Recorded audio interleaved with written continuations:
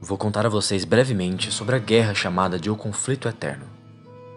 Essa guerra ocorria dentro do reino de Pandemonium, o lugar no universo onde Anu combateu sua própria sombra, Tethamet. Os anjos demônios lá batalhavam pelo controle de um objeto essencial, o Worldstone, a Pedra do Mundo. As lendas contam que esse item colossal, do tamanho de uma montanha, seria o próprio olho de Anu, o único. A Pedra do Mundo dá a quem a possui o poder de alterar a realidade, criar mundos e vidas sem restrição. Ela teria mudado de posse muitas vezes ao longo do conflito eterno. Anjos criavam mundos de ordem perfeita alinhados com seus ideais de justiça, sabedoria, honra e destino. Já os demônios, quando tiveram a pedra, projetaram engenhos de aniquilação cheios de ódio e medo. Mas esses mundos não se mantinham, ou ao menos não vieram a ser conhecidos nessa lenda. Apenas se mantinham os paraísos celestiais, lar dos anjos, os infernos de fogo, lar dos demônios, e o Pandemonium, a dimensão do grande conflito cósmico que compartilha dos atributos dos dois mundos originários. A guerra seguia, como um dia fez Anu e sua sombra. Esse era o estado daquele mundo desolado de combates inimagináveis, até que um dia tudo mudou. Um anjo chamado Inarius desertou da guerra e recrutou outros desertores dos dois lados. Ao seu lado estava Lilith, filha de um dos lordes do inferno, que buscava uma forma de frustrar o seu pai. Cansados do conflito, eles, com o engenho de Inarius e Lilith, conseguiram tomar a Pedra do Mundo e a levaram embora, deixando o conflito ao seu redor numa situação nova e estranha. Com o poder adquirido, Inarius foi capaz de criar o mundo de Santuário, um refúgio para onde ele e seus seguidores poderiam viver livres do conflito sem fim. Esse é o lugar que depois foi chamado de Reino Mortal. Não só um mundo criado da junção de anjos e demônios, mas também populado por filhos da união entre Inarius e Lilith e os outros pares de anjos e demônios. Assim, eles deram à luz aos Nephalim, que eram mais poderosos do que os seus criadores. Então, o que era para ser o refúgio paradisíaco dos rebeldes, desertores e covardes entre os anjos e demônios, foi o palco do primeiro conflito, o primeiro de muitos. Os filhos dessa união profana cresciam em poder e ameaçavam a integridade de seus criadores. Os seguidores de Inarius planejavam dar fim naquela criação, e Lilith, em sua maternidade insana, preferiu assassinar todos os seus aliados e de seu parceiro, para que não mais cogitassem eliminar aquela criação incerta. Inarius era, porém, incapaz de matá-la, aquela mulher demônio por quem ele teria se apaixonado. Decide então tomar duas medidas drásticas. Primeiro, baniu Lilith definitivamente do plano mortal, e então ajustou a Pedra do Mundo para que, com o tempo, os Nephalim ficassem mais fracos e não voltassem a impor medo nas hostes celestes. Esses mortais enfraquecidos são os humanos. Muito mais se desenrolou em seguida, mas por ora nos contenhamos nesse ponto.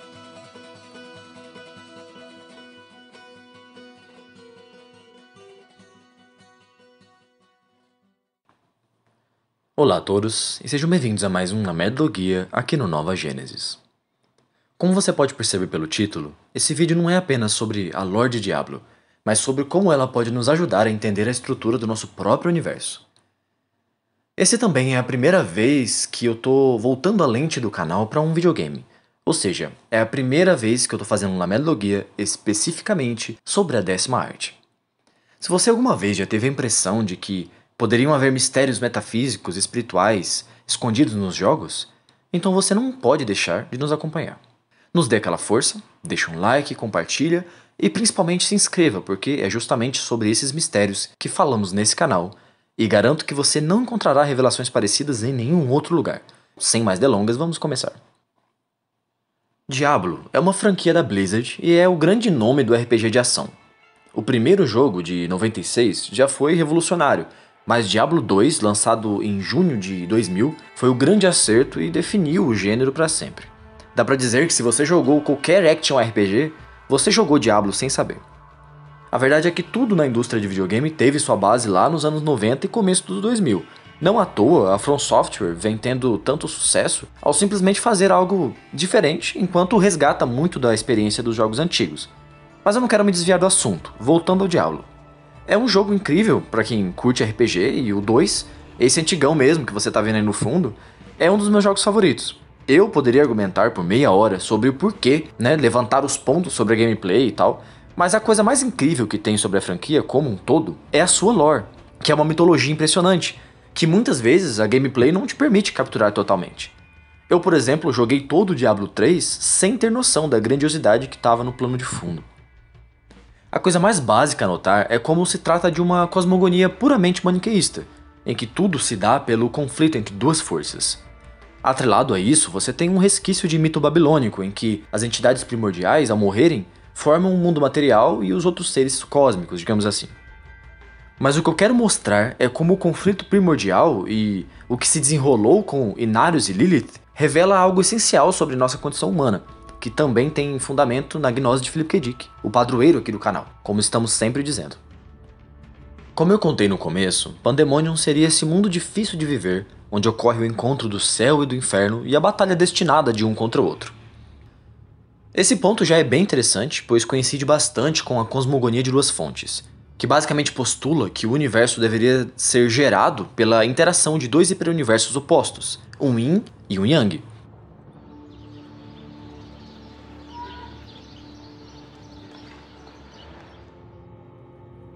Mas agora escuta com atenção. Essa é a parte mais importante e que você precisa assimilar, afinal, você que está ouvindo é parte disso também. Após passar por uma espécie de iluminação, Philip K. Dick passou o resto de sua vida trabalhando em sua exegeses, onde investigou as revelações que recebeu e afirmou que seus livros constituem um relatório da nossa própria realidade. Um elemento essencial dessa sua revelação é a prisão inteligente, ao qual chamamos de prisão de ferro negro, a Black Iron Prison. Esse termo é um tanto complexo, mas basicamente fala que nossas mentes foram contaminadas por um metal pesado e pararam de ler o mundo corretamente, o que gerou um mundo ilusório. E lembrando que o peso desse metal também se refere à gravidade que nós vemos nas coisas do mundo, coisas que não deveriam ter a importância que vemos nelas. A BIP, para abreviar, seria um conceito próximo ao de império, mas enquanto a BIP é uma prisão interna, o império é externo. Ele é, nas palavras de Philip K. Dick, a institucionalização da loucura. Podemos relacionar facilmente o império ao Estado, mas a própria natureza material, da forma como é hoje, as leis da física, etc., fazem parte dessa prisão inteligente. A BIP e o império confirmam um ao outro num ciclo de feedback quase que inquebrável. Então, aqui temos levantado os pontos essenciais. A realidade é falsa e mantida por uma intoxicação na nossa própria mente. Essa loucura forma o império, a instituição tanto material quanto metafísica da insanidade. E os livros de Philip K. Dick são um relatório da nossa própria realidade. Tá me acompanhando? Agora vamos seguir para alguns trechos da exegese e as peças vão começar a se encaixar com o tema do vídeo. Abre aspas. Isso explica o motivo por que nós mesmos nos cegaríamos para a verdadeira situação. O mundo da BIP, o império, Atos. Quisemos escapar utilizando um sistema de fuga tecnologicamente sofisticado, mas a BIP viu uma vantagem em nossa fuga. Se negássemos, esquecêssemos sua existência e entrássemos em uma realidade simulada tranquilizadora, não agiríamos para atacá-la e destruí-la, como fazem os autênticos primeiros cristãos. Então houve um conluio básico entre nós e a BIP, uma espécie de pacto. Queríamos, como em Labirinto, um livro de Philip K. Dick, escapar da situação em vez de resolvê-la, ou seja, derrubar a BIP. Devido à BIP, da qual escapamos, os últimos 5.000 anos se tornaram letais. A BIP cresceu e cresceu com o nosso conluio, agora inconsciente.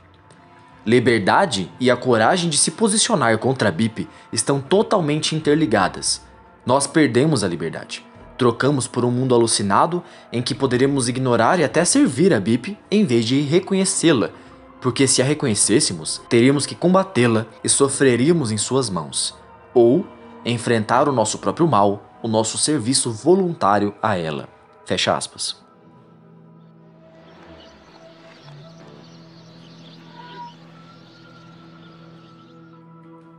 Essa realidade que ele descreve vemos ser falada no livro Vales, em que é dito também que nós mesmos criamos nossa prisão, e isso está presente de várias formas nos livros de Philip K. Dick. Percebeu a sincronia com a deserção de Inarius, Lilith e os outros? Nós somos, de certa forma, esses anjos de Diablo, que conscientemente fugiram do combate e até se aliaram com a força das trevas. Santuário é criado como um paraíso, e ali Inarius fica no bem bom com Lilith, assim como algumas versões do mito de Adão e Eva. Isso é um traço do nosso próprio mundo e da nossa própria humanidade, a busca constante por tranquilidade, ou por fortunas, ou por prazeres. Somos detentores de um lado demoníaco, e o lado angelical ainda descende de um desertor.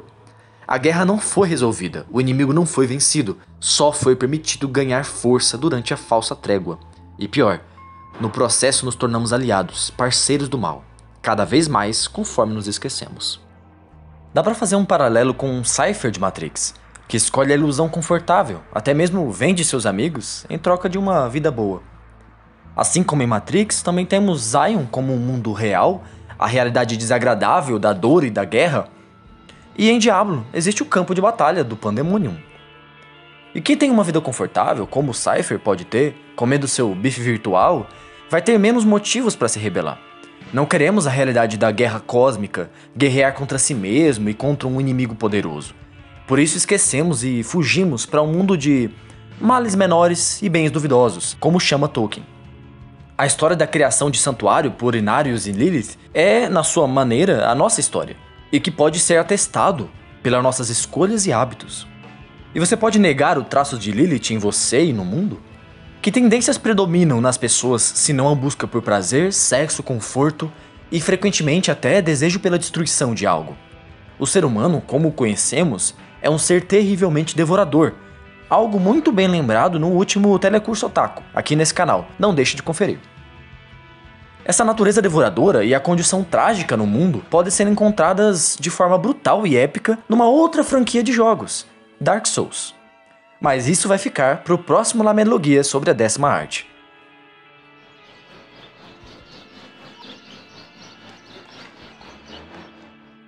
Por hoje encerramos por aqui, mas não deixe de comentar aí embaixo o que você achou disso, se tem alguma pergunta, sugestão, xingamento, etc. Deixa também o seu like se você curtiu e, principalmente, se inscreva se ainda não for inscrito, porque ainda temos muitas coisas incríveis para revelar. Seria sábio também deixar ativado o sino das notificações, você não vai querer perder nada. No mais, Nova Gênesis agradece enormemente a você que chegou até aqui e nos vemos no próximo vídeo.